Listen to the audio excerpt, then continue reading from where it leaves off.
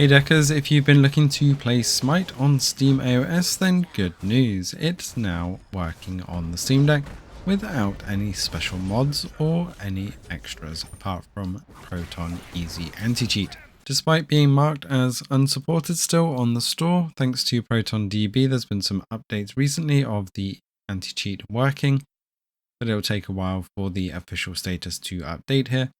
No need for any compatibility modes, this is working out of the box, but you do need to make sure that you have the Proton Easy Anti-Cheat runtime installed on your Steam Deck, so you can just search for Proton Easy or just Easy and make sure that you have the Proton Easy Anti-Cheat runtime installed. Once you've got that, you can just run the game and all should be well. However, there are a few controller issues.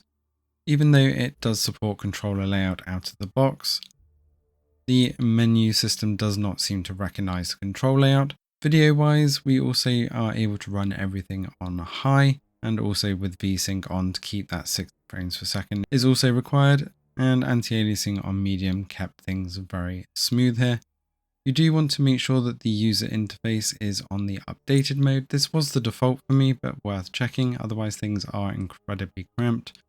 And under the controls menu, you do want to change the preferred controls to controller. This makes a huge difference in game.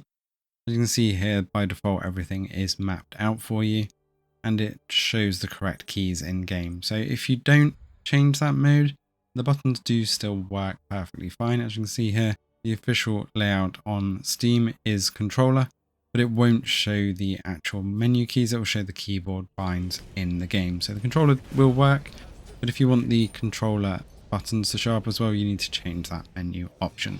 Overall though, it is working absolutely flawless. I had no issue on several of the games that I joined, and I joined the arena modes for each of the matches, the 5v5. And you can see here, just about with the overlay up, that it was around the 19 to 20 watt usage on the battery, which means you'll get a good 2 hours at least on the battery.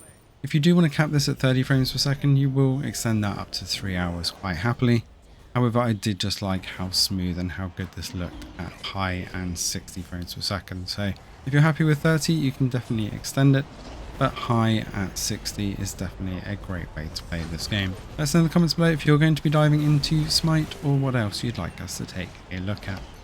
Thanks for watching, and see you in the next one.